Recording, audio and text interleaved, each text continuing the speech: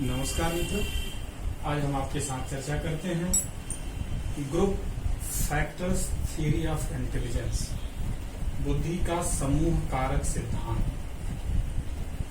इसके पूर्व हम लोगों ने बुद्धि के कारक सिद्धांत में एक खंड सिद्धांत, द्विखंड सिद्धांत, त्रिखंड सिद्धांत, बहुकारक सिद्धांत की चर्चा कर चुके हैं।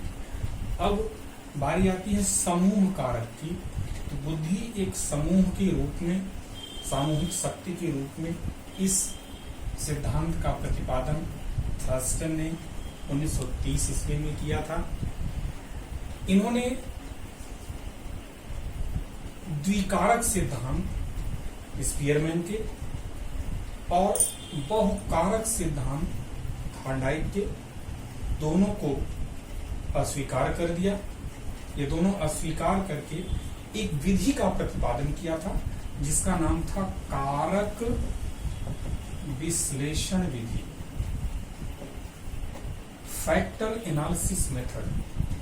कारक विश्लेषण विधि के आधार पर इन्होंने एक समूह के रूप में बुद्धि के सिद्धांत को प्रस्तुत किया, जिसमें कुल 9 मानसिक योग्यताओं की चर्चा की है। दृश्य या वस्तु प्रेक्षण योग्यता, प्रत्यक्षीकरण योग्यता, संख्यात्मक योग्यता, तार्किक योग्यता, शाब्दिक या वाचिक योग्यता, स्मृति, आगमन, निगमन और समस्या हल की योग्यता। बारी बारी से हम लोग एक को देखते हैं। दृश्य या वस्तु प्रेक्षण योग्यता, ये अवलोकन योग्यता है। हम अपनी प्रत्यक्ष इंद्रियों के द्वारा किसी चीज को जो देखते हैं, अवलोकन करते हैं, किसी दृश्य को देखते हैं, किसी वस्तु को देखते हैं, तो जिस प्रकार से जैसे देखते हैं उसके आधार पर अपनी मन मस्तिष्क में, मानस पटल पर एक उसकी प्रतिमा बनती है, जिसके आधार पर हम उसका अवलोकन करते हैं और अनुमान लगाते हैं यह वही चीज है। ये वस्तु या प्रेक्षण योग्यता। दूसरा है प्रत्यक्षीकरण योग्यता।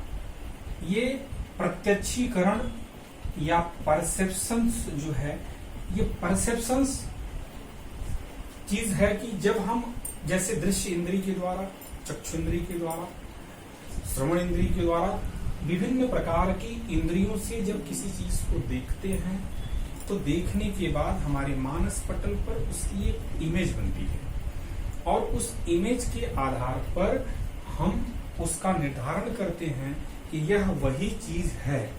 तो मानस पटल पर जब तक, हाँ, इसमें इंद्रियां उस मानस पटल के लिए द्वार का काम करती हैं, इसलिए ज्ञानेंद्रियां ही ज्ञान की द्वार का काम करती हैं और प्रत्यक्ष करते हैं और उस प्रत्यक्षीकरण से हम उस वस्तु का अनुमान लगाते हैं। संख्यात्मक योग्यता, संख्याएं चाहे वो किसी भी रूप में उपस्थित हो, पहले हाथ के रूप में होती थी, लंबाई चौड़ाई के रूप में होती हैं, 1 2 3 4 गिनती के रूप में होती हैं, रोमन अंक के रूप में है, तमाम प्रकार की लिपियां संख्यात्मक योग्यता हैं। किसी भी संख्या को समझना, 1 2 3 4 5 6 इत्यादि इत्यादि, किसी भी संख्या को समझना एक तरह से यह अमूर्त योग्यता है। संख्याएं अमूर्त होती हैं। जैसे अगर आप देखें तो ये 2 चीजें, जब तक ये 2 चीजें दिखाई जाती हैं तो ये 2 वस्तुएं उसका प्रतिनिधित्व कर रही होती हैं, लेकिन ये 2 वस्तुएं हटा ली जाएं तो संख्यात्मक योग्यता एक तरह की अमूर्त योग्यता हो जाती है। तो संख्यात्मक योग्यता हमारी बुद्धि का परिचय होती है। तार्किक, लॉजिकल रूप में हम कोई कार्य करते हैं तर्क के द्वारा। तर्क, चिंतन, स्मृति, ये बुद्धि की विभिन्न प्रकार की बौद्धिक क्षमताएं हैं। इन बौद्धिक क्षमताओं में तार्किक योग्यता बुद्धि का सबसे प्रत्यक्ष रूप है, जिसमें हम विभिन्न तरह के तर्क करते हैं। जैसे राम का छोटा भाई लक्ष्मण है, लक्ष्मण का बड़ा भाई श्याम है। तो लक्ष्मण, यह बड़ा भाई लगा हुआ है, यहां छोटा लगा है, तो लक्ष्मण से कितने भाई बड़े हैं, कितने लोग बड़े हैं, अगर इस तरह से तर्क करके हम किसी निष्कर्ष पर पहुंचते हैं तो इसमें भी बुद्धि का प्रयोग किया जाता है। तो तार्किक योग्यता एक तरह से बुद्धि का परिचायक होती है। शाब्दिक या वाचिक योग्यता, शब्द या वाक्य इसका संयोजन करने के आधार पर ही हम अच्छे से किसी चीज को व्यक्त कर पाते हैं। यह अभिव्यक्तात्मक कौशल होता है। इसमें हम नए नए शब्दों का प्रयोग करना, ऐसा नहीं है कि केवल हम नए नए शब्दों को तोड़ जोड़ करके ही शब्दावलियों का विकास हुआ है। ओरिजिनल शब्दावली कितनी भी हो, लेकिन उन्हीं शब्दों का मतलब एक तरह से पर्यायवाची रूप में भी प्रयोग करना, सिनोनिम्स इस्तेमाल करना, एंटोनिम्स इस्तेमाल करना, ये शाब्दिक योग्यता होती है। और शब्द के माध्यम से हम किसी क्रिया को व्यक्त करते हैं और अधिक से अधिक वाचना करते हैं। कम बोलना, अधिक बोलना, ज्यादा बोलने की जरूरत इसलिए पड़ती है कि कम बोलते हैं। तो शब्द या वाचिक योग्यता हमारे पास होती है। स्मृति, स्मृति का ठीक विपरीत विस्मृति है। अपनी याद की हुई चीज को भूल जाना या भूली हुई चीज को याद हो जाना। जब समय और परिस्थिति सामने होती है, जब कोई वस्तु सामने होती है, जब कोई तथ्य के कोई विचार जो हमें प्रकट करना होता है और उसकी जरूरत हो, उस समय वह याद आ जाए, मानस पटल पर स्थापित हो जाए, मस्तिष्क में आ जाए, तो वह स्मृति योग्यता होती है। तो स्मृति योग्यता भी बुद्धि का एक परिचय है। आगमन योग्यता, आगमन और निगमन यहाँ दो अलग अलग शब्दावलियां हैं, दोनों का अपना अपना महत्व है।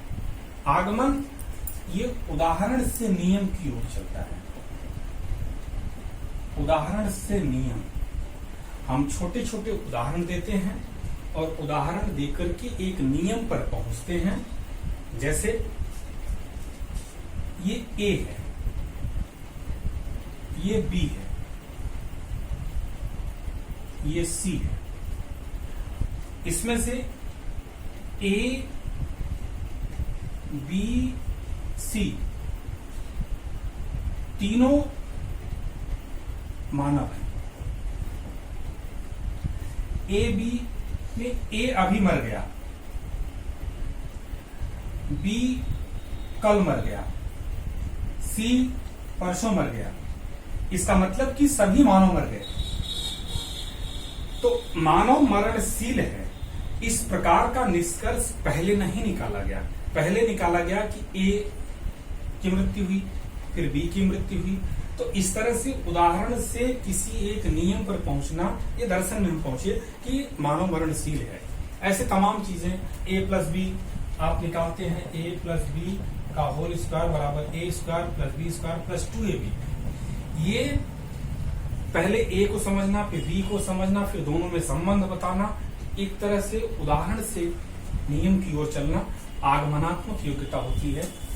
इसके ठीक विपरीत निगमनात्मक है। यह नियम से उदाहरण की ओर की विधि है।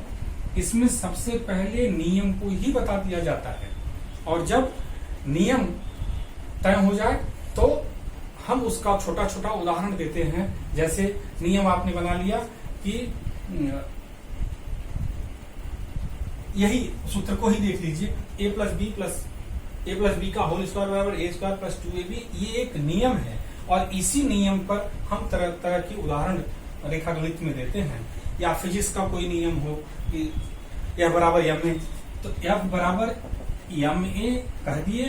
तो F की वैल्यू क्या है, a की वैल्यू, m की वैल्यू क्या है, a क्या है, इसके बीच में एक रिलेशंस पहले से बना हुआ है, एक नियम है, एक सूत्र बना हुआ है और इसके आधार पर हम विभिन्न प्रकार के उदाहरण प्रस्तुत करते हैं। तो इस प्रकार की योग्यता निगमनात्मक योग्यता होती है।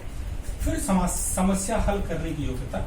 समस्या हल करना यह हमारे चिंतन का सबसे उच्चतम बिंदु होता है जब हम किसी भी समस्या का समाधान कर लेते हैं। तो अब थर्स्टन ने कहा कि बुद्धि की कुल 9 प्रकार की जो योग्यताएं होती हैं, इन 9 प्रकार की योग्यताओं में सभी प्रकार की योग्यताओं की एक सामूहिक शक्ति काम करती है।